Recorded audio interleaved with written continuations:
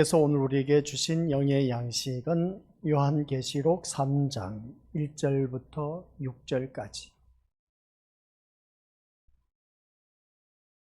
우리 한 목소리로 합독하도록 하겠습니다. 사대 교회의 사자에게 편지하라. 하나님의 일곱 영과 일곱 별을 가지신 이가 이르시되 내가 내 행위를 아노니 내가 살았다 하는 이름은 가졌으나 죽은 자로다. 너는 일깨어 그 남은 바 죽게 된 것을 굳건하게 하라. 내 하나님 앞에 내 행위에 온전한 것을 찾지 못하였노니 그러므로 내가 어떻게 받았으며 어떻게 들었는지 생각하고 지켜 회개하라. 만일 일깨지 아니하면 내가 또 똑같이 이르리니 어느 때에 내게 이르는지 내가 알지 못하리라. 그러나 사대에 그 옷을 더럽히지 아니한 자 몇 명이 내게 있어 흰옷을 입고 나와 함께 다니리니 그들은 합당한 자인 영고라. 이기는 자는 이와 같이 흰옷을 입을 것이요 내가 그 이름을 생명책에 결코 지우지 아니하고 그 이름을 내 아버지 앞과 그의 천사들 앞에서 시인하리라. 기 있는 자는 성령이 교회들에게 하시는 말씀을 들을지어다. 아멘. 이 말씀은 하나님께서 하신 말씀을 통해서 주신 교훈의 제목, 시작. 아버지 하나님, 오늘 또한 4대 교회를 향해서 세계에 펼쳐진 모든 교회를 고발하고 있다는 것을 잊지 말게 하옵시고 이 4대 교회를 바라보며 오늘 우리 신림교회가 어떤 고발로 하나님 앞에 소송되고 있는지 한번 살펴보고 말씀대로 온전히 우리가 거듭나서 하나님 기뻐하시는 교회로 거듭날 수 있도록 주님께서 역사하여 주옵소서. 또한 이 말씀을 듣고자 한 모든 심령들마다 내가 세상 어떠한 것을 기대하고 소망하며 이 자리에 나온 것이 아니라 천국에 대한 소망을 갖고 천국에 대한 관심을 갖고 이 자리에 나온 자라면 오직 천국에 대한 소망, 관심만 갖게 하여 주옵시고 예수님만 바라보게 하옵소서. 그래서 우리 모두 다가 저 영원한 천국에 이를 수 있도록 성령 하나님께서 이 시간 귀한 말씀 드릴 때마다 일깨워 주옵시고 도와주옵시고 듣는 귀가 열리게 하옵시고 보는 눈이 열리게 하옵소서. 예수님의 이름으로 기도드립니다. 아멘. 오늘 또한 우리가 읽은 본문 말씀 요한계시록 3장 1절부터 6절 말씀 쭉 보면 4대 교회에 대해서 쭉 말씀하고 있음을 보게 됩니다. 그 4대 교회가 그 모습이 어떤 모습이냐 1절 말씀 보니까 하나님의 일곱 영과 일곱 별을 가지신 이가 이르시되 라고 했습니다. 그러면서 곧바로 이제 책망이 들어갑니다. 1절 중반에 보니까 내가 내 행위를 아노니 내가 살았다 하는 이름은 가졌으나 죽은 자로다 하면서 책망하는 모습을 보게 된 것이죠. 살았다 하는 이름은 가졌으나 죽은 자로다. 참 이게 오늘날 교회들마다 하는 말씀, 고발하고 있는 내용입니다. 우리 신림교회는 살아있다 하면서 죽은 교회가 되어서는 안 된다. 우리가 다 신앙생활 하면서 그러지 않습니까? 이 교회는 살아있는 교회네, 저 교회인 교회는 죽은 교회다. 그렇게 표현한 경우가 있는데 과연 살아있다, 죽었다라고 하는 그 기준이 어디에 있는지 오늘 본문 말씀 우리 이 4대 교회를 바라보면서 우리가 살펴보고자 하는 겁니다. 그런 그 4대 교회를 향해서 책망하고 나서 2절에 가서는 권면을 합니다. 너가 살아있다고 하지만 죽은 교회다. 그러니까 내가 너에게 말한다 하면서 이 절 말씀 보니까 뭐라고 하느냐. 너는 일깨어 그 남은 바 죽게 된 것을 굳건하게 하라 라고 하는 것을 보게 됩니다. 남은 바 죽게 된 것을 굳건하게, 죽게 된 것을 굳건하게 하라. 이 말씀은 또 무엇이고 또한 하나님 앞에 내 행위와 온전한 것을 찾지 못하였노니 하면서 하는 말씀을 보니까 온전한 것을 찾아야 되는데 찾지 못하고 있다 하면 이건 문제가 된다는 것이죠. 그러면서 3절에 가서 그러므로 내가 어떻게 받았으며 또한 들었는지 생각하고 지켜 회개하라 하는 것을 보게 됩니다. 회개하라는 것이죠. 그런 그 모습을 볼 때 우리가 1절 중반에서 우리가 내가 내 행위를 아노니 책망하였던 그 모습 속에서 이제 반대로 4절에 가서는 칭찬하는 모습을 보게 됩니다. 우리 칭찬하는 모습 같이 읽어보도록 하죠. 시작. 그러나 사대에 그 옷을 더럽히지 아니한 자 몇 명이 내게 있어 흰옷을 입고 나와 함께 다니리니 그들은 합당한 자인 영고라. 아멘. 여기서 칭찬하는 모습이 오늘 또한 우리 신림교회 믿음의 식구들이 되어야 된다라고 하는데, 이 4대 교회 식구들 전체를 다 칭찬하는 것이 아니다라는 걸 4절 말씀 자세히 보세요. 그 옷을 더럽히지 아니한 자 몇 명이라고요? 몇 명 안 된다는 겁니다. 다라고 말하지 않습니다. 우리 신림교회, 우리 믿음의 곳들 출석하고 매일 이렇게 교회 다니고 있지만은 다가 되면 얼마나 좋을까? 모두 그 다가 되면 얼마나 좋을까? 흰옷을 입고 나와 함께 다니리니 했는데 흰옷을 입지 못하고 흰옷을 더럽힌 자가 있다. 다가 아닙니다. 아셨습니까? 몇 명밖에 없다는 겁니다. 기억하시기 바랍니다. 그러면 이 말씀을 들으면서 우리 믿음의 식구들은 어떻게 내가 흰옷을 입었는데 더럽히면서 살아가고 있는지, 아니면 그 흰옷을 더럽히지 않고 이렇게 몇 명이 내게 있어 흰옷을 입고 나와 함께 있다. 이 사람들을 칭찬하는데, 그럼 이 사람들 가운데 내가 되어야 되는데 옷을 더럽히는 그런 우리들이 아닌지 한번 자기 자신을 돌이켜봐야 된다. 그것을 다시 한번 더 깨닫습니다. 그리고 난 후에 이제 5절에서 약속을 합니다. 어떤 약속을 하느냐? 이기는 자와 같이, 이기는 자는 이와 같이 흰옷을 입을 것이다. 그 다음 그 이름을 생명책에 결코 지우지 않을 것이다.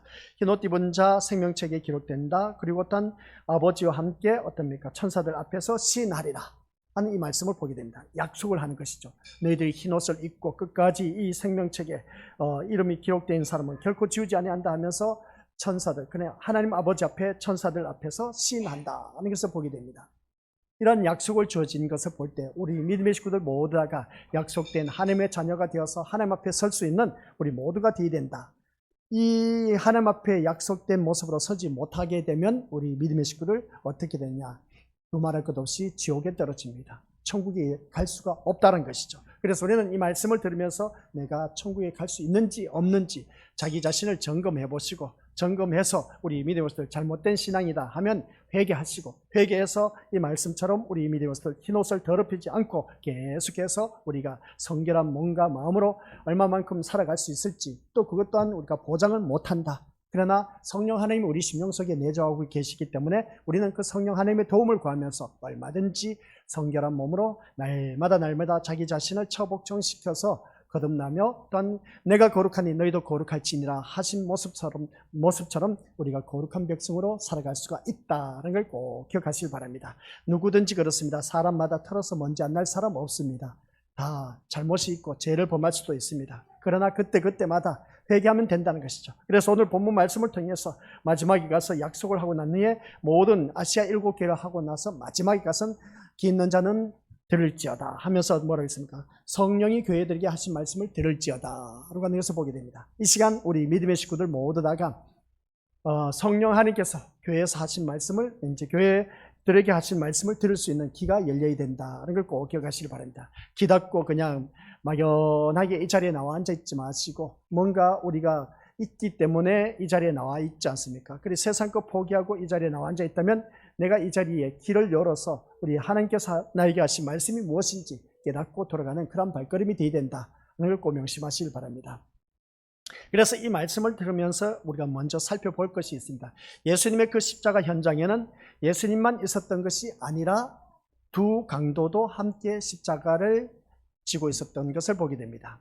그러면 이 말씀을 이제 오늘 새벽 예배 때 말씀드렸지 않습니까? 예수님이 혼자 십자가만 지고 있었던 것이 아니라 양편의 두 강도도 십자가에 가장 악랄한 죄를 범했기 때문에 그들은 어떻습니까? 그 강도 둘이 어떻습니까? 십자가에 못 박힌 게 아시죠? 십자가에 매달려 있었다는 것을 보게 됩니다.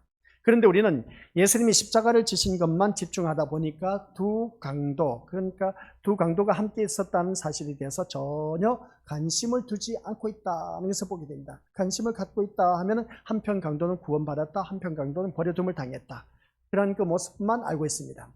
마치 당시 골고다 언덕에서는 예수님이 지신 십자가만 세워졌던 것으로 인식해버리는 그런 경우가 참 많이 있는데, 예수님의 십자가 현장에는 왜 두 강도가 함께 있어야 했는지 그 이유에 대해서 우리는 생각조차 안 하려고 한다라는 것입니다.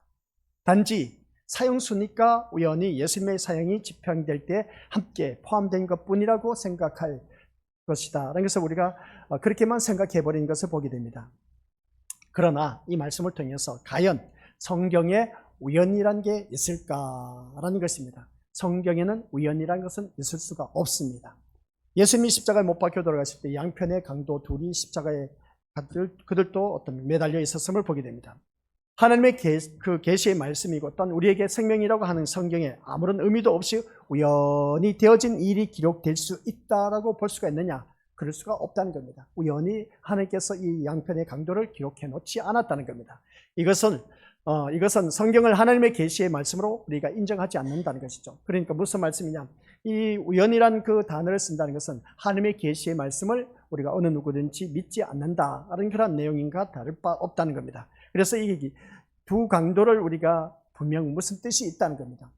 뜻이 있기 때문에 성경이 기록해놨지 뜻이 없는 것을 괜히 성경이 기록해 놓지는 않았다라는 것입니다. 그렇다면 이 십자가 현장에서 함께 사형을 당했던 그 두 강도는 무엇이냐는 겁니다. 그 두 강도는 무엇이냐는 것이죠. 과연 무슨 의미로 두 강도가 함께 등장했느냐라는 말씀입니다. 한번 생각해 보자는 것이죠. 이 시간 오늘 묵상할 시간도 없었다면 이 시간 우리가 한번 생각하면서 이 두 강도가 예수님 양편에 있으면서 그들이 의미하는 것이 도대체 무엇일까 하면서 생각하면서 오늘 설교 말씀 한번 들어보시기 바랍니다. 그래서 메시아에 대한 이사야의 말에 대해서 어떤 글이 기록되어 있느냐라고 했을 때 구약 성경 이사야서 53장 12절에 기록된 것을 보게 되는데 같이 읽어보도록 하죠. 시작. 이는 그가 자기 영혼을 버려 사망에 이르게 하며 범죄자 중 하나로 헤아림을 입었습니다는 말씀이 있음을 보게 됩니다. 범죄자 중 하나로 헤아림을 입었다는 이 말씀이 십자가 현장에 두 강도가 등장해야 하는 이유를 말해주고 있다는 것입니다. 그러니까 신약 성경에서는 우리가 찾아볼 수가 없지만 구약 성경 이사야서에서 53장 너무나 잘 알고 있지 않습니까? 예수 그리스도의 십자가에서 그 내용을 그대로 다루어 놓은 것을 보게 됩니다. 그러면 이 말씀을 통해서 이사야 53장 12절에서 말씀하고 있는 것을 보면 범죄자 중 하나로 헤아림을 입었다라는 이 말씀이 십자가 현장에서 두 강도가 등장해야 하는 이유를 말해주고 있다는 것을 알 수가 있습니다. 범죄자 중 하나로 헤아림을 입었다는 것은 무슨 말이냐? 다른 범죄와 똑같은 범죄자로 판단되었다라는 그런 뜻인 것이죠. 다시 말해서 사람들로부터 함께 두 강도와 똑같은 범죄자로 취급을 받았다라는 것입니다. 그러면 왜 두 강도 사이에 예수님이 죽으셨다고 보느냐는 것이죠. 이 세 명이 같이 어떻습니까? 우리 예수님과 함께 이제 모두 세 명이죠. 그래서 십자가에 이제 죽는 그 모습을 보게 됩니다. 그러면 이 말씀 볼 때 두 강도 사이에 예수님이 죽으셨다고 바라보느냐라고 했을 때 아무것도 아닌 것에 너무 신경을 쓴다라고 생각하는 경우가 있음을 보게 됩니다. 목사님 그런 것까지 신경을 씁니까? 라고 하는데 아니요, 성경은 우연이 없습니다. 어거지로 이 말씀을 울고 내는 것도 아니고 우리 미리면서 한번 생각해 보자는 겁니다. 아무것도 아닌 그 두 강도 신경 쓸 게 뭐가 있겠느냐라고 그렇게 생각하면서 가볍게 치부할 수가 있음을 보게 되는데 성경을 억지로 제가 해석하려는 것이 아니라 두 강도의 대화를 통해서 예수님이 그들 사이에서 죽으신 이유를 분명히 알 수 있어서 말씀을 드리는 것이다 라는 내용입니다. 그러니까 두 강도 중에 하나가 뭐라고 했습니까? 내가 그리스도냐 아니냐 너와 우리를 구원하라 하는 이 말을 하는 것을 보게 됩니다. 누가복음 23장 39절에 보면 이 한편 강도가 네가 그리스도가 아니냐 너와 우리를 구원하라 하는 것을 보게 됩니다. 아주 참 본인 그 십자가에 못 박혀 들어가 죽으면서도 어떻습니까? 예수님을 향해서 네가 그리스도라면 우리를 구원하라는 것이죠. 너와 우리를 구원하라 그렇게 말합니다. 그러자 옆에 있던 한 강도는 뭐라고 했느냐? 이를 나무라면서 하는 말씀이 누가복음 23장 40절 41절입니다. 시작. 내가 동일한 정죄를 받고서도 하나님을 두려워 아니하느냐? 우리는 우리의 행한 일에 상당한 보응을 받는 것이니 이에 당연하거니와 이 사람의 행한 것은 옳지 않은 것이 없느니라. 아멘. 이 말씀을 바라보았을 때 내가 동일한 정죄를 받고서도 하나님을 두려워하지 않느냐? 우리는 우리의 행한 일에 상당한 보응을 받는 건 당연하다. 강도짓을 해서 못된 짓을 했기 때문에 십자가에 못 박혀 죽는 것은 당연한 것이다. 그러나 이 사람이 행한 것은 옳지 않은 것이 없느니라 하면서 이제 변호하는 모습을 보게 됩니다. 그래서 예수님을 사이에 두고 두 강도가 옥신각신하면서 말을 주고받고 합니다. 그래서 예수님에 대해서 전혀 다른 모습을 이 두 강도를 통해서 우리에게 조명해 주고 있다는 겁니다. 그러면 이 두 강도를 조명해 주면서 한편의 강도의 모습은 지금 나의 심정과 똑같은 공감을 갖는 자, 또 한편의 강도는 이러한 예수님을 변한 그 마음을 갖고 있으며 공감을 갖고 있는 자, 우리 믿음의 식구들도 똑같이 이러한 갈려져 있음을 보게 됩니다. 한편 강도는 네가 그리스도냐? 그러면 너와 나를 우리를 구원하라 했는데, 한편 강도는 야, 너 무슨 소리를 하고 있냐? 지금 좀 정신 챙겨라. 우리는 죄를 범해서, 악랄한 죄를 범해서 십자가형을 받고 있지만 이분은 아니다. 이분은 죄를 범한 것이 하나도 없다. 너 어찌 그런 말을 하느냐? 이렇게 하는 겁니다. 그러면 우리 믿음의 식구들, 한편 강도와 한편 강도, 나는 어디에 속했는지 이제 본인 스스로가 판단해서 우리 들으시길 바랍니다. 만약에 네가 그리스도냐? 너와 우리를 구원하라. 거기 한편 강도에 내게 공감을 갖고 있다면 그 강도의 모습과 한편 강도, 예수님을 변화한 그 강도의 모습에 내가 공감을 갖는다면 이 두 강도의 모습 속에서 나의 신앙의 모습을 조명해 주고 있다는 것을 꼭 기억하시길 바랍니다. 그래서 예수님을 사이에 두고 두 강도가 예수님에 대해서 전혀 다른 모습을 보여주고 있는 것을 볼 때에 오늘 교회 안에서도 이 두 강도의 모습이 있다는 겁니다. 그래서 한편의 강도는 분명히 구원받습니다. 오늘 네가 나와 함께 낙원에 있으리라.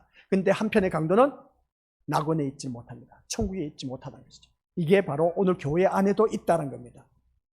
그러니까 우리 믿음의 식구들께서 말씀을 들을 때 열처녀 비유를 보면서 다들 알고 계시지 않습니까? 신랑을 맞이한 슬기로운 5처녀는 주님을 등과 기름이 준비되어서 신랑을 맞이했습니다. 그런데 게으른 5처녀는 신랑을 맞지 못했습니다. 맷돌을 갈고 있었는데 한 명은 데려감을 당하고 한 명은 버려둠을 당했다. 김을 메고 있었습니다. 밭을 메고 있었는데 한 명은 데려감을 당하고 한 명은 버려둠을 당했다는 겁니다. 50대 50입니다. 둘 중에 한 명입니다. 오늘 4대 교회를 바라보니까 여기서 흰옷을 더럽히지 않은 자도 몇 명이라고 말했지 다라고 말하지 않았다는 사실. 4대 교회를 향해서 칭찬은 했는데 몇 명만 칭찬했지 다 칭찬하지 않았다는 사실. 그러면 이 말씀을 통해서 우리 믿음의 것들, 예수님의 강도 사건 그 바라볼 때 이 강도 짓을 해서, 못된 짓을 해서 이들은 그 나라에서 가장 악한 악형을 받은 그런 사형을 받는 그 모습 보게 됩니다. 악한 죄를 범한, 그런 가장 악한 죄를 범한 자에게 주어진 십자가형을 받았다. 그래서 한편은 네가 그리스도냐 하면서 조롱하면서 너와 우리를 구원하라 그렇게 표현을 했는데, 한편 강도는 무슨 말이냐, 이 예수님은 아무런 죄를 범한 그런 일이 없다 하면서 어떻습니까? 변화한 그 모습을 보게 됩니다. 이 변화 모습 속에서 변화한 자가 한편 강도로서 구원받아 하나님 나라에 이르게 된 것을 보게 되는데, 오늘 우리 교회 안에서도 한편 강도의 그 공감을 가졌다는 그런 자도 천국에 들어가지 못하고 지옥에 떨어진 자가 있는 반면에 천국에 이런 자가 있다는 것을 보게 됩니다. 그래서 한 강도는 그럽니다.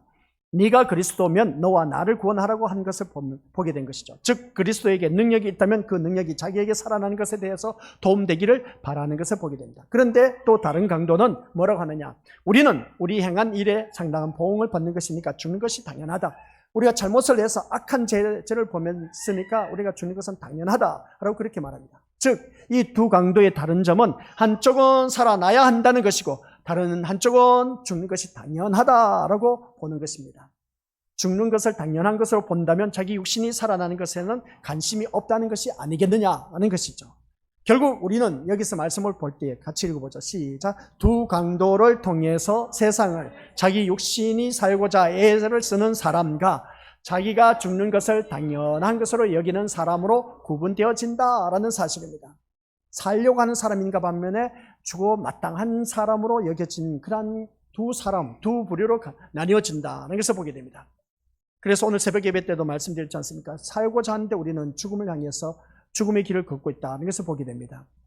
그런 그 모습 볼 때, 그러면 살고자 아둥바둥 애쓰는 그런 자들에게 살아나는 그런 길, 생명의 길로 가야 되는데 살고자 하는 그 길을 발버둥 치면서 살아가는데도 어떻습니까? 우리는 죽음의 길을 걷고 있다는 것을 보게 됩니다. 누구든지 죽음의 문턱을 향해서 지금 한 발자국 옮기고 있다는 것을 누구든지 인정을 할 겁니다. 시간이 지나고 나면 언젠간 죽게 되어 있습니다. 그런 그 모습 볼 때 죽음의 길을 가고 있는 우리들의 모습, 사망의 길입니다. 그런 사망의 길을 걷고 있는 우리들의 모습 보면, 그러나 그 사망의 길을 걷고 나서 우리는 이제 생명의 길로 이르게 되는 그런 모습을 보게 됩니다. 생명의 길로 걷는 자가 누구냐라고 했을 때 사망의 길은 지옥에 떨어지지만 생명의 길로 걷는 그런 자는 우리가 천국에 이르게 된다는 것을 보게 된 겁니다. 이러한 말씀을 들을 때 우리 믿음의 식구들 한번 자기 자신을 돌이켜보면서 오늘 두 강도를 바라보면서 우리에게 주신 그 모습 속에서 어떤 부류에 내가 속해 있는지 한번 살펴보자라는 것이었습니다. 그래서 우리는 이 말씀을 통해서 이 두 부류로 나누어졌을 때에 교회라는, 같이 읽어보죠. 시작. 교회라는 세계 안에서도 이것을 기준으로 해서 신자와 신자 아닌 사람이 확실하게 구분이 된다는 것이었습니다. 신자와 신자 아닌. 그러니까 신자와 불신자로 둘로 나뉘어진다라는 것입니다. 나는 과연 신자일까? 아니면 불신자일까? 불신자는 지옥에 떨어집니다. 불신자가 되어서는 안 됩니다. 그러나 신자인 나는 천국에 들어갈 수가 있다는 겁니다. 성경에서 말씀하고 있다는 것이죠. 그래서 자기 죽음을 당연한 것으로 받아들이는 한편 강도는 예수님에게 뭐라고 했습니까?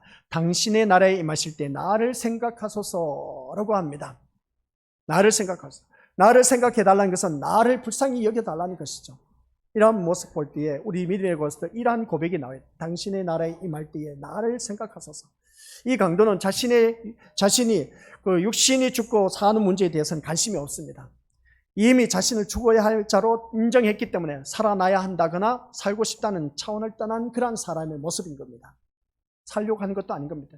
그 한편 강도는 네가 그리스도냐? 그러면 너와 우리를 구원하라. 그렇게 말한 것을 보면 살아나기를 원하고 있습니다. 근데 한편 강도는 이미 나는 죽어야 할 자로 인정하기 때문에 어떻습니까?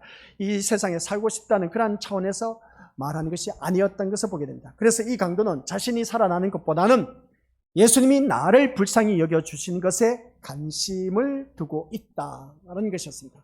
당신의 나라에 임하실 때 나를 생각하소서. 그러니까 나를 생각해서 나를 불쌍히 여겨서 나를 구원해달라는 그런 뜻 아니겠습니까?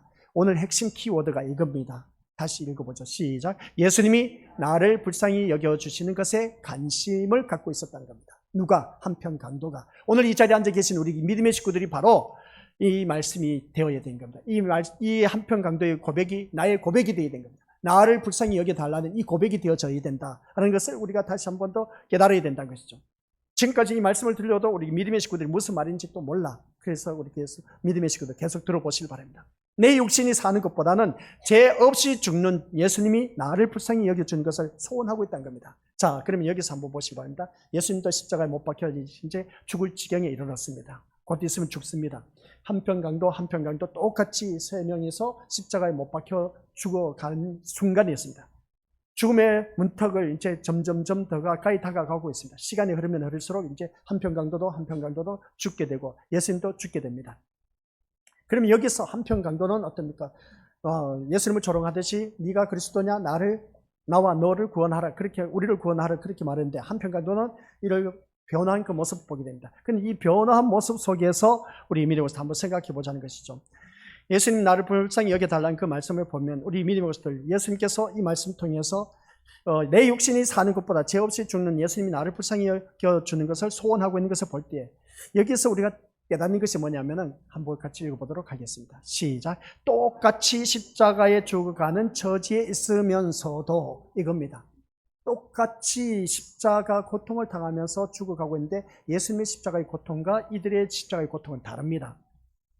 근데 한편 강도가 있는데 똑같이 십자가에 죽어가는 처지에 있으면서도 예수님을 향해서 나를 불쌍히 여겨달라는 고백이 우리 믿음의 식구들 나올 수가 있겠느냐는 것이죠. 똑같이 십자가형을 받았습니다. 한편 강도는 희롱하지 않습니까? 한편 강도는 변호를 합니다. 근데 한편 강도가 예수님을 바라봤을 때 이 사람이 행한 일은 옳은 것이다 하면서 네가 말한 것은 잘못되었다 그렇게 변한 그 모습 보게 되는데 이 한편 강도가 자기도 죽어가는데 예수님도 죽어가는 예수님을 바라보고 나를 기억해달라 이 고백이 우리 믿음의 것들 나오겠느냐는 겁니다. 한번 생각해 보자는 것이죠. 똑같이 죽어가고 있는데 지평을 당해서 죽어가고 있는데 예수님을 성육신 하신 그 인간의 그 예수 그리스도를 바라보면서 어떻습니까? 당신의 나라에 임하면 나를 기억해달라 이러한 고백이 나올 수 있겠느냐는 겁니다. 똑같이 고통 속에서 죽어가고 있는데 이걸 우리가 생각해 보자는 것이죠. 이런 고백이 나올 수 있겠느냐는 겁니다.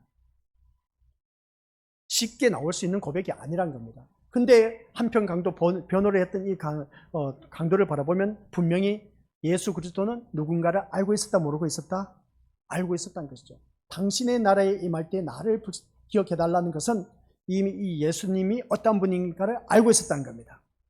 그런데 왜 죄를 보면서 한편 강도에 그렇게 가장 악형을 받고 있느냐는 것이죠. 십자가형을 받고 있느냐는 것입니다. 근데 예수님을 향해서 나를 불쌍히 여겨달라는 고백이 나올 수 있을까 싶을 정도인데 바로 이것이 그리스도를 아는 신자의 모습인 겁니다. 무슨 말인지 아시겠습니까?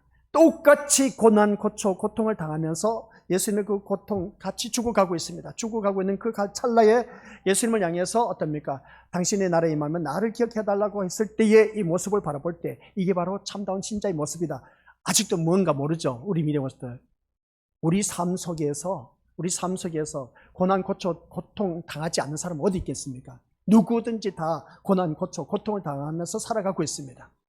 그런 고통 속에서 우리가 주님 나를 좀 제발 살려주옵소서 라고 하면서 그렇게 고백이 나온다면 얼마나 좋겠습니까? 물론 여기에서 빨리 벗어나게 해달라고 우리가 부르짖는 것은 누구든지 다들 하고 있습니다. 근데 죽음의 직전에 있는데도 불구하고 이 하나님 나라에 이르게 되면 당신의 나라에 이르게 되면 나를 불쌍히 여겨달라고 이런 고백이 나올 수가 있을까라고 했을 때 쉽지는 않다는 겁니다. 그래서 우리가 고난의 문제, 고통의 문제를 직면하게 되면 현실에서 어떻습니까? 주님 제발 이 문제 해결해달라고만 하지 우리는 하나님 나라에 대해서는 생각하지 않고 있다는 겁니다. 내가 죽는 것은 당연한 것을 여기면서 한편 강도는 어떻습니까? 당신의 나라에 임하면 나를 기억해달라고 하는 그 모습을 볼 때 여기서 우리가 초점 핵심이 있습니다. 뭐겠습니까? 당신의 나라, 하나님 나라, 천국에 대한 소망이 있다는 겁니다. 교회를 다니면서 오늘 우리 믿음의 것들 과연 나는 얼마만큼 천국에 대한 소망을 갖고 있느냐가 참 중요한 겁니다. 지금 당장 죽어도 우리 믿음의 것들 진짜 천국 갈 수 있습니까? 확신할 수 있습니까? 그러면 참 좋죠. 근데 교회에 나올 때마다 우리는 세상, 천국에 대한 관심, 소망보다는 세상 관심과 세상의 소망을 더 많이 갖고 있으면서 주님 앞에 나오지 않습니까? 교회에 나와서 우리가 세상 것을 바라보고 내가 이렇게 열심히 예배를 드리면 세상에 출세하겠지, 좋은 직장에 들어가겠지, 또한 자녀들 좋은 대학에 들어가겠지 하면서 우리가 사업 형통하고 평탄하고 또한 번성하고 번창하겠지. 주님 앞에 나오면서 온통 우리는 세상 관심을 갖고 주님 앞에 나오지 않느냐는 겁니다. 근데 주님 앞에 나오면서 천국에 대한 관심은 저 멀리 가버리고 천국은 아예 소망도 없습니다. 온통 그냥 세상 관심, 소망만 갖고 이 자리에 나와 앉아 있다면 이 한편 강도, 희롱하고 조롱했던 그 강도처럼 천국에 들어가지 못한다는 겁니다. 근데 죽음 직전에 이르렀음에도 불구하고 당신의 나라에 임하건, 당신의 나라라고 했습니다. 하나님 나라를 알고 있었다. 당신의 나라에 이르거든 나를 기억해달라. 그 하나님 나라에 이르게 되면 나를 기억해달라는 겁니다. 하나님 나라에 대한 소망을 갖고 있었습니다. 죽는 그 찰나에도. 오늘 이 자리에 앉아 계신 우리 믿음의 것들, 그 고통 속에서도 하나님 나라를 생각하면서 관심을 갖고 소망을 갖고 이런 고백이 나온다면 그 어려움과 고난, 고초, 고통에서 우리는 벗어날 수가 있습니다. 왜? 예수님 때문에. 그 예수님, 내 주 예수 모신 것이 그 어디나 하늘나라라고 했지 않습니까? 내 주 예수와 동행하니 그 어디나 하늘나라라고 했습니다. 그러면 우리는 예수님과 함께하는 삶이면 천국의 삶을 누릴 수가 있다는 겁니다. 그래서 이 말씀을 통해서 바로 이것이 그리스도를 아는 신자의 모습인 것인데 이 강도에게 예수님은 뭐라고 했습니까? 네가 오늘 나와 함께 낙원에 있으리라고 했습니다. 네가 오늘 나와 함께 낙원에 있으라. 천국에 있겠다는 겁니다. 이 강도의 구원은 오직 그리스도의 은총이라는 겁니다. 그리스도의 은총 아니면 우리 예수님께서 어떻게 이 말씀을 할 수 있겠습니까? 이 천국에 대한, 그래서 우리 믿음의 식구들에게 저번 시간에 말씀드렸지 않습니까? 예수님께서 십자가의 고통을 당하면서 죽기까지 그렇게 고통을 당하면서 십자가를 져야만 하느냐는 것이죠. 내가 너희들 죄 때문에 이 십자가의 고통을 당하면서 죽어간다. 왜 죽는지 아느냐? 천국의 가치가 이것보다 더 크고 더 좋고 더 완벽하기 때문에 내가 지금 이 십자가의 고통을 당하면서 죽어간다. 너희들 죄 때문에. 그러니까 너희들도 제발 나를 바라보라는 것이죠. 나를 바라보고 나만 믿고 나를 따르라고 합니다. 그래서 내가 곧 길이요 진리요 생명이라고 한 이유가 뭐냐? 나를 바라보면서 오직 천국은 나밖에 없다는 겁니다. 나를 통해서만 천국에 들어갈 수 있으니까 나만 바라보라고 했습니다. 내가 너희들 모든 죄를 다 짊어지고 내가 지금 이 고통을 당하면서 내가 죽어간다. 죽어가는데 왜 이렇게 죽어간지 아느냐? 이 고통이 엄청나게 고통이다. 천국의 가치가 이 고통보다 더 크기 때문에 너희들에게 내가 친히 몸소 십자가에 못 박혀서 죽는다. 그 말씀인 겁니다. 그래서 오늘 말씀을 통해서 예수님 하신 말씀, 오늘 네가 나와 함께 낙원에 있으리라고 하는 것을 볼 때에 이 강도에게 말한 것을 보면 대단한 말씀입니다. 오늘 이 자리에 앉아 계신 우리 믿음의 식구들, 주님이 오늘 이 자리에 앉아 계신 우리 고수들을 바라봤을 때 오늘 네가 나와 함께 낙원에 있으리라. 그런 소리를 들을 수가 있겠느냐는 겁니다. 그런 믿음을 갖고 있느냐는 것이죠. 이건 전적인 예수 그리스도의 은혜인 겁니다. 같이 읽어보도록 하겠습니다. 강도가, 시작. 강도가 구원을 위해서 한 것은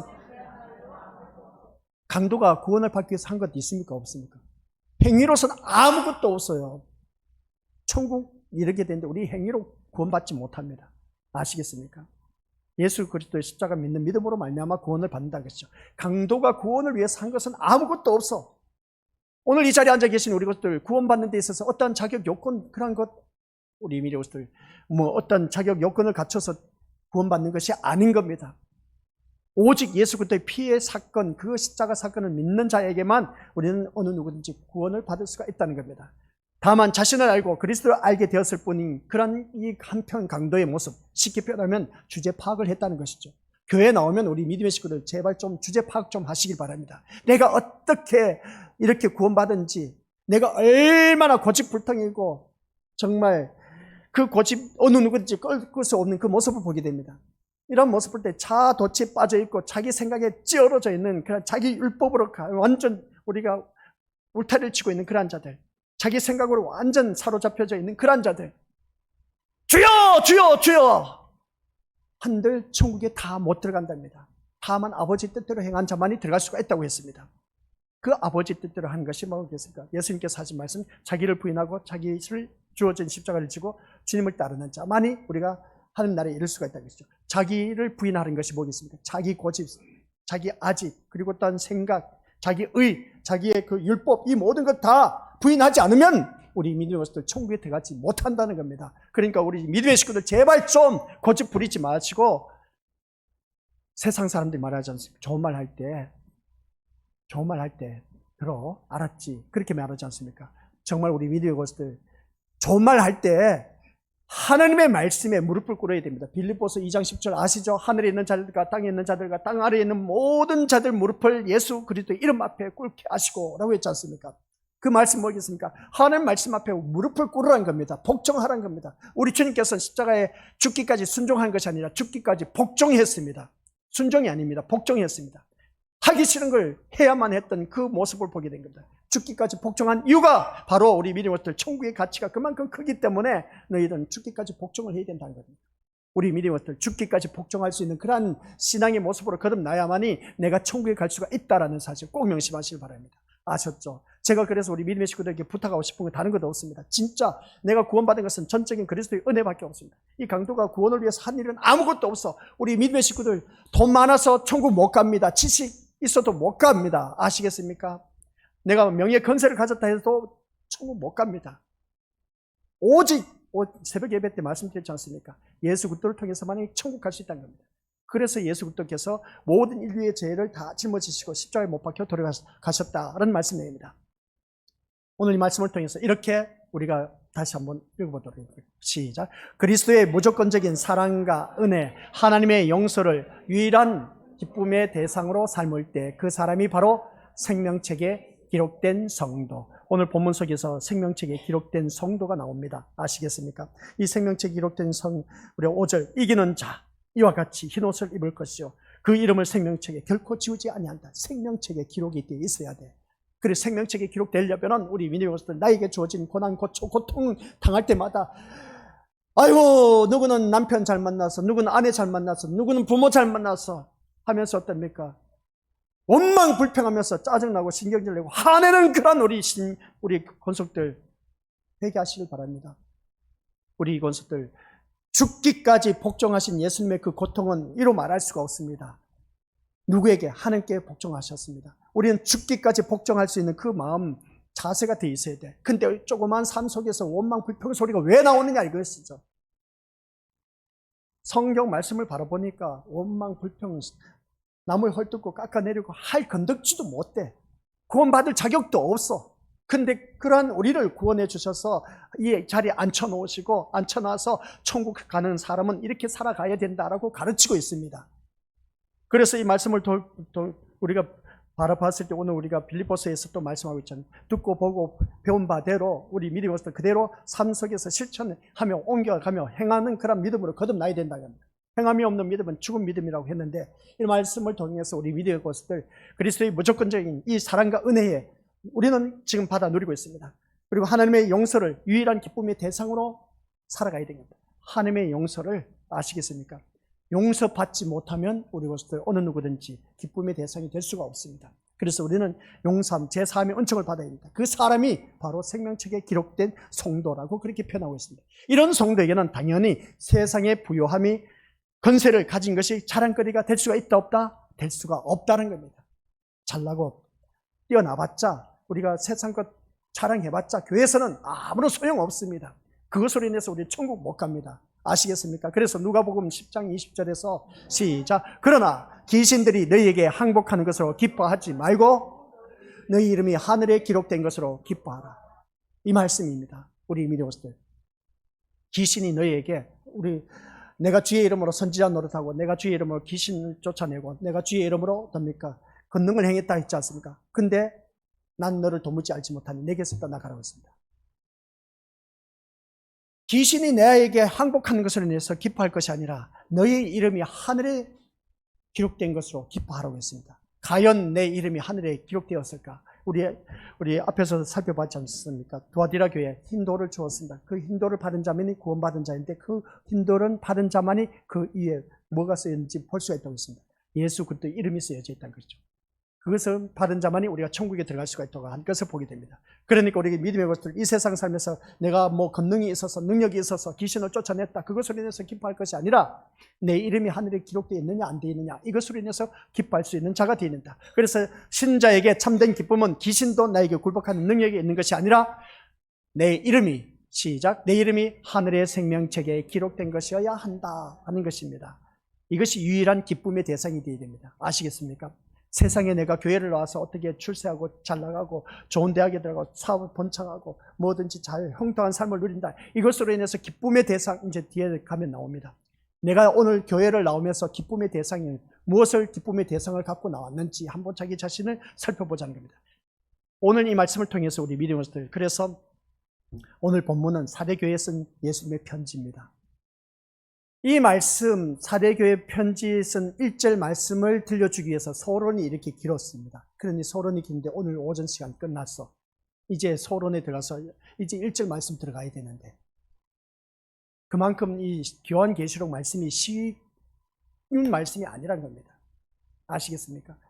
이 1절 말씀 들어가기 위해서 서론의 말씀이 이렇게 길어졌습니다. 그러면 서론의 말씀이 뭐였겠습니까?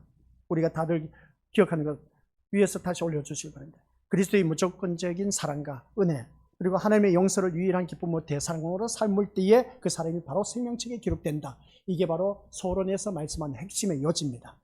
아시겠습니까? 그러면서 이제 1절 들어가야 돼. 이걸 모르면, 이 하나님의 무조건적인 사랑과 은혜를 모르면 우리 믿음들, 이 요한계시록 이 3장 1절 들어갈 수가 없습니다. 그래, 하나님의 용서를 유일한 기쁨으로 지금 내가 삼고 있느냐, 이 기쁨의 대상으로 내 하나님의 용서, 그러니까 난 지은 죄도 온데 무슨 하나님 용서의 기쁨의 대상이 되고 있느냐, 이걸 모르면 우리 믿음의 식구들 천국에 못 들어가요. 아시겠습니까?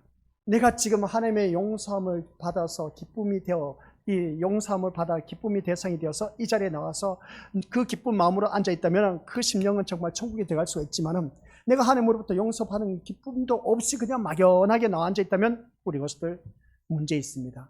그래서 1절 말씀 우리 한번 같이 보도록 하겠습니다. 시작. 사대 교회의 사자에게 편지하라. 하나님의 7 영과 7 별을 가지신 이가 이르시되, 내가 내 행위를 아노니 내가 살았다 하는 이름은 가졌으나 죽은 자로다. 여기서 말씀하고 있는 것이 아주 중요한 말이, 내가 살았다 하는 이름은 가졌으나 뭐라고요? 죽은 자로다. 살았다고, 우리 한번 옆에 사람 찔러보시길 바랍니다. 이제 예배 시간 끝나면 됐으니까. 찌르는 이유가 뭐겠습니까? 살았니 죽었니 한번 보시길 바랍니다. 살았습니까? 찔르니까? 꿈틀거립니까? 네. 네가 살았다 하는 이름은 가졌으나 죽은 자로다. 오늘 이 자리에 앉아 계신 우리 믿음의 식구들 가운데 두 강도 중에 벌어짐을 당해서 지옥에 떨어진 자가 있는가 하면, 오늘 네가 나와 함께 낙원에 있으라 한편 강도 구원받는 모습. 죽은 자는 여기서 말씀 보니까 네가 살았다 하는 이름은 가졌으나 죽은 자로다. 지옥에 떨어진 겁니다. 아시겠습니까? 내가 살아있다면 살아서 우리가 하나님 나라에 이르러야 되지 않습니까? 이 사대교회는 살았다 하는 이름은 가졌으나 예수님 보시기에는 죽은 자들입니다. 사대교회. 근데 사대교회 전체가 아니라 몇 명은 흰옷을 입었다는 겁니다. 오늘 네가 나와 함께 있다고 했습니다. 바로 이건 것이죠. 신림교회가 살았다 죽었다 그 외부에서 그렇게 이런저런 저런 소리 들릴 겁니다. 또 우리가 다른 교회 갔을 때 이 교회 죽은 교회 죽어있네 살아있네 생동감이 있네 그런 것을 우리가 판단하지 않습니까? 이런 모습을 바라봤을 때 우리 믿음의 식구들 어느 누구든지 이 말씀을 통해서 네가 살았다는 이름은 가졌으나 죽은 자로다 이런 교회가 되어서는 안 됩니다. 사대교회가 살았다 이름을 가졌지만 예수님 보시기에는 죽은 자들인 것을 보게 됩니다. 여기서 우리가 분명히 알아야 할 것은 뭐겠습니까? 살았다는 것은 뭐고 죽었다는 것은 뭐냐는 겁니다. 살았다는 것은 뭐고 죽었다는 것은 뭐냐는 겁니다. 그래서 성경 구절을 제대로 봐야 돼요. 그러면 내가 살았다고 하는 것은 뭐고 죽었다는 것은 뭐냐? 분명 육신이 살고 죽어 있는 상태를 두고 하는 말은 아니란 겁니다. 육신을 두고 말한 것은 말하는 것이 아니란 것이죠. 흔히 교인들이 교회를 평가할 때 말하지 않습니까? 이 교회는 살아있는 교회다. 이 교회는 죽어있는 교회다. 이 말 합니까? 안 합니까? 다 하죠. 이 교회는 살아있는 교회다. 죽은 교회다. 뭘 가지고 어떤 기준을 가지고 무엇으로 죽었다 살았다 말을 할 수 있느냐는 겁니다. 그런데 우리는 그렇게 쉽게 표현을 하지 않습니까? 이 교회 살아있네. 이 교회 죽은 교회네. 그렇게 쉽게 표현을 합니다. 어떤 기준을 갖고 그렇게 말하느냐는 것이죠. 그래서 우리 말하는 게 참 중요합니다. 이 평가의 기준인 이 기준을 자기들 마음대로 정해버리는 겁니다. 이게 바로 자기가 만든 율법인 겁니다. 아시겠습니까? 그래서 그러면 시작. 사람들이 생각하는 살아있는 교회는 무엇이고 죽어있는 교회는 무엇입니까? 우리가 한번 따져보자는 것이죠. 오늘 4대 교회에서 말씀하는 겁니다. 4대 교회에서 하신 말씀. 우리 건설들 이 4대 교회를 1절 들어가기 위해서는 소련에서 귀한 말씀을 우리가 주어졌습니다. 그리스도의 무조건적인 사랑과 은혜 그리고 또한 하나님의 용서를 유일한 기쁨을 대상으로 삼고 있느냐 안 삼고 있느냐 이게 가장 중요하다. 이게 인식되어지는 사람은 이제 4대 교회 1절에서 들어가고 있습니다. 들어갔을 때 살아있지만 너가 죽어있다 라고 하는 그 모습 볼 때 그러면 우리들이 생각하는 살아있는 교회는 무엇이고 죽어있는 교회는 무엇이냐는 겁니다. 다들 그렇게 말하고 있지 않습니까? 사람들은 생각하기를 살아있는 것과 죽어있는 것의 차이를 성숙하고 성장하고 사이즈가 커지고 이러한 것에 대해서 기준을 두고 있는 것은 대부분 그렇게 생각하고 있습니다. 즉 교회가 자라나고 있고 성장하고 있으면 살아있는 교회고 성장하는 것이 없으면 죽어있는 교회라고 생각하는 우리들의 일반적인 개념. 교회가 성숙하고 자라난다는 것은 부흥한다, 성장한다는 것 아니겠냐는 겁니다. 다른 교회는 부흥하고 성장하는데 우리 교회는 죽은 교회에서 어떻습니까? 성장하지도 안 하고 있네? 우리가 생각하고 있는 그 개념인 겁니다. 결국 교회가 부흥하지 못하면 죽어있는 교회고 부흥하는 교회면 살아있는 교회다 그렇게 표현하지 않습니까? 근데 있지 않습니까? 성경 말씀을 바라보니까 그게 아니더라고요. 부흥한다 해서 여기 4대 교회를 보자는 겁니다. 살아있지만은 죽은 교회라고 합니다. 오늘날 교회들이 지상에 펼쳐져 있는 교회들이 많은 교회들이 살아있지만은 죽은 교회가 너무나 많다고 이 4대 교회를 통해서 고발하고 있다는 겁니다. 우리 신림교회만큼만은 제발 좀 우리가 살아있다고 하지만 죽은 교회가 되어서는 안 된다는 겁니다. 우리 신림교회 식구들 모두 다가 살아있는 교회가 되어 살아있는 자가 되어서 살아있는 교회로 인정받는 그런 교회가 되어라고 이 4대 교회를 통해서 우리에게 교훈해주고 있다라는 말씀입니다. 그러면 여기서 말씀하고 있는 것 우리 미디어들이 오전 내내 캐션마크만 달고 있지 않습니까?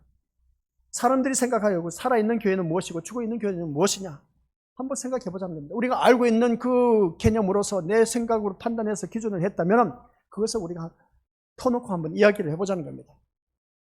그래서 대부분 다 부흥하느냐 부흥하지 않느냐 그런 모습을 통해서 어떻습니까? 살아있다 죽어있다 그렇게 표현한 것을 보게 되는데 그러나 우리 미니어스들 기억하시길 바랍니다. 교회에 대한 평가는 사람이 할 수 있는 것이다 아니다? 교회에 대한 평가는 사람이 하면 안 됩니다. 아시겠습니까? 교회에 대한 평가는 사람이 할 수 있는 것이 아니라 오직 누구만? 하나님만이 하실 수가 있습니다. 우리는 하나님이 교회를 평가하시는 기준을 찾아서 우리 기준에 맞춰서 우리를 세우는 것이 필요할 뿐인 겁니다. 그런데 오늘날 교회는 하나님이 교회를 평가하시는 시각과 기준은 덮어버린 채 인간의 시각과 기준으로 교회를 바라보고 있다는 겁니다. 그리고 활동을 많이 하고 부흥하면 그것을 그 교회를 살아있는 교회라고 그렇게 생각하는 것을 바라보게 됩니다. 그러나 그것이 스스로 살았다고 착각하고 사는 것일 수도 있음을 알 수가 있습니다. 그러나 그런 교회를 바라봐서 우리 주님께서 살았다고 하지만 죽은 교회라고 또 말할 수가 있다는 겁니다. 이 4대 교회를 바라봤을 때. 그래서 4대 교회에서 죽은 모습이 뭔지 살아있는 모습이 뭔지 이걸 이제 깨달아야 돼. 깨달아야 되는데 서론에 이미 답을 주었습니다. 우리는 전적인 그리스도의 사랑과 은혜로 살아가고 있다. 제3의 은총을 받아서 용서함의 그 기쁨을 제대로 알고 있는 사람이 살아있는 교회고 살아있는 신자다. 그걸 설명을 이제 3절, 4절, 5절, 6절에서 펼쳐나갈 겁니다. 오늘은 여기까지. 그래서 우리 믿음의 식구들 다른 것도 없습니다. 살아있다 죽어있다는 것은 먼저 내가 그리스도의 은혜와 사랑을 얼마만큼 내가 인식하고 있느냐. 내가 또한 제3의 은총을 받아서 하나님의 용서 때문에 난 천국에 갈 수 있다는 이 확신과 기쁨과 소망을 얼마만큼 갖고 있느냐. 이것을 갖고 있는 사람은 살아있는 자이고 그렇지 못하면 살아있지만 죽은 자입니다. 죽은 신자입니다. 근데 그 사람은 천국 못 갑니다. 아셨죠? 오늘 오전 말씀 바로 그겁니다. 내가 천국 간다 못 간다라는 기준은 어디에 있다?